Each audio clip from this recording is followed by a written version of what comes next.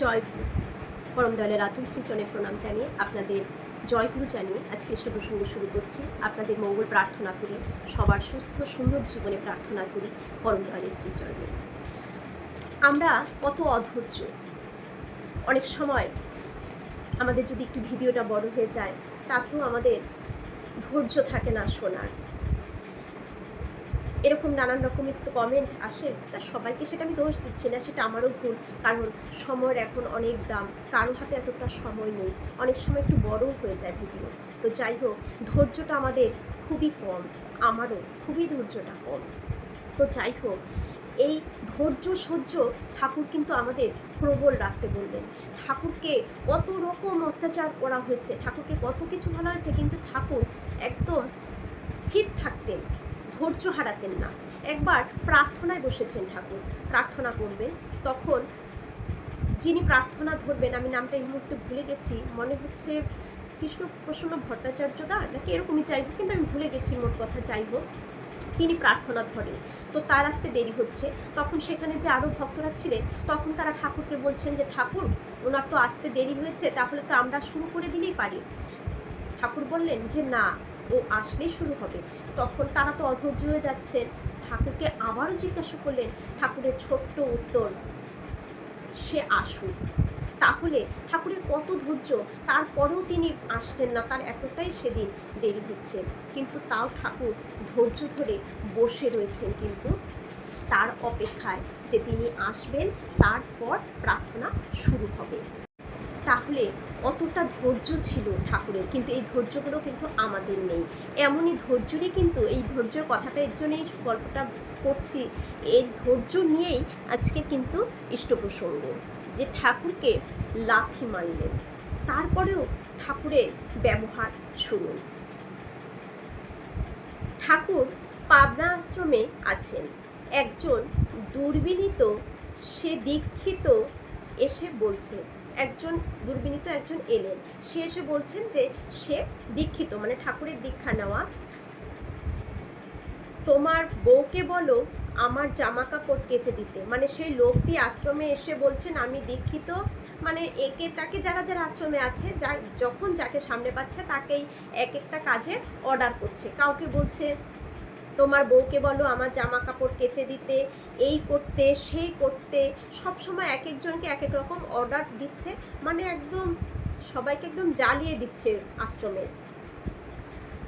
সারাদিন সবাইকে উত্তপ্ত করে ছেড়েছে, আর যাকে কেন্দ্র করে আশ্রম তাকেও উত্তপ্ত করে নাজেহাল করছে। মানে ঠাকুরকে কেন্দ্র করেই তো আশ্রম, ঠাকুরকে একদম উত্তপ্ত করে নাজেহাল করে দিচ্ছে, মানে একটার পর একটা নানান রকম তার বাহানা। একদিন দুপুরবেলায় ঠাকুর মাদুরে শুয়ে আছেন, আর এই বদমাশ খাওয়া দাওয়া করে টল দিচ্ছিল, মানে খাওয়া দাওয়া করে আশ্রমে চতুর্দিকে ঘোরাফেরা করছে। এই সময় যেসব ভক্তদের, ঠাকুরের ভক্তদের যে উক্ত কর্মীরা রয়েছে সেখানে, তাদের যে তিনি জ্বালাতন করছেন, যখন তখন যেটা সেটা অর্ডার করে চলছেন, তারা তখন দেখেছে যা এখন এই ওনাকে একা পেয়েছি, এখন ওনাকে বোঝাবো, এই ভেবে কি করলেন, ওই কর্মীগণরা, মানে ওই ভক্তরা ওই উক্ত লোকটিকে তাড়া করলেন, বললেন দাঁড়া বেটা, এবার তোর মজাটা বোঝাচ্ছি বলে ওই বদমাশকে, আশ্রমের মানুষরা তাকে তাড়া করা শুরু করে দিলেন। সারাদিন ধরে জ্বালাচ্ছিস, সে তাড়া খেয়ে, ওই লোকটি তাড়া খেয়ে সোজা ঠাকুরের কাছে ছুটে এলেন। যখন তাড়া করছেন সবাই, তারপরও দেখুন লোকটি কেমন ধরনের তাড়া করছে, তখনও দৌড়ে এসে ওই ঠাকুর যে শুয়ে আছেন দুপুরবেলা মাদুরে, সেখানে দৌড়ে এলেন, দৌড়ে কাছে এসে ঠাকুরকে পা দিয়ে মেরেছে লাথি, এসে ঠাকুরকে পা দিয়ে লাথি মেরেছে। লাথি মেরে বলছে তোমার শিষ্যরা এরকম তাড়া করছে আমাকে, মানে ঠাকুরকে লাথি মেরে বলছে তোমার শিষ্যরা আমাকে এরকমভাবে তাড়া করছে, আমাকে বাঁচাও।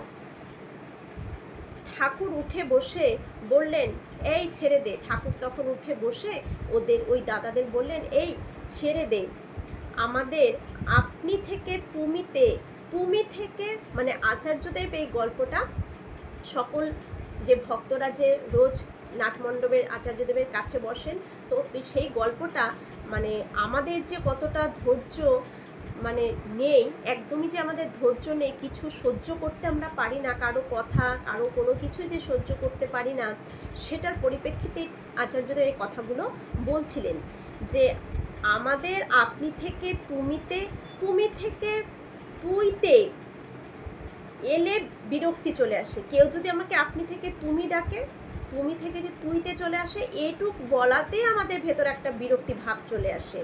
আর তাকে এরকম উত্তপ্ত করছে, তারই ভূমিতে দাঁড়িয়ে পা দিয়ে মারছে, তিনি সহ্য করছেন। দেখুন কতটা ধৈর্য সহ্য আমার ঠাকুরের, তার সহ্যতা কত বড় হতে পারে, সীমাটা কত বড় হতে পারে, কখনো ভেবে দেখেছি আমরা? তার প্রতিষ্ঠা করতে যাচ্ছি, তার পাঞ্জা বহন করছি, আমাদের মধ্যে কি এই ধৈর্য আছে? এরকম হয়ে উঠব আমরা, চেষ্টাটা তো করতে পারি। ভাবি কি যে অন্তত এই ভাবনাটাকেই, এই চেষ্টাটাই হলো কিন্তু এই যে ভাবাটা, যে আমরা তো চেষ্টা করতে পারি, আমরাও ঠাকুরের মতো ধৈর্য সহ্যহীন হয়ে উঠবো, এই চেষ্টাগুলো আমরা করতে পারি। এই যে ভাবনাটা, এই ভাবনাটাই কিন্তু আসল কথা, এই ভাবনাটাই আমাদের পাড়িয়ে দেয়। যদি একবার ভাবি যে আমিও হতে চাই, এই ভাবনাটা এলে আমাদের করিয়ে দেয়, সেটাকে পাড়িয়ে দেয়।